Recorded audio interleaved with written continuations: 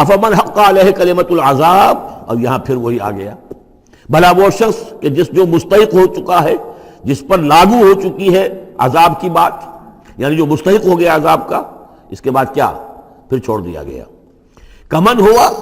فی الجنہ، کیا وہ برابر ہو جائے گا اس شخص کے کہ جو جنت میں جانے والا ہے؟ یہ گویا کہ یہاں پر محذوف ہے۔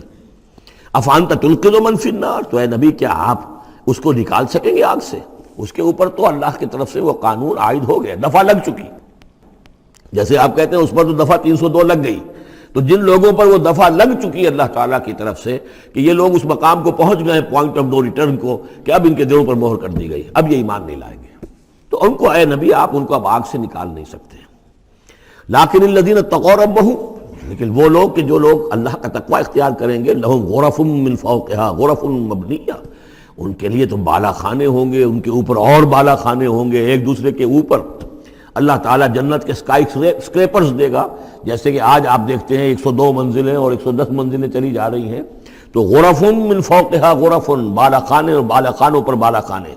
مبنیہ جو چنے ہوئے ہوں گے ایک دوسرے کے اوپر، تجری من تحت الانہار، ان کے دامن میں ندیاں بہتی ہوں گی۔ وعد اللہ، یہ اللہ کا وعدہ ہے جو ہو چکا، لا یخلف اللہ المیعاد، اللہ تعالیٰ اپنے وعدے کی خلاف ورزی نہیں کرتا۔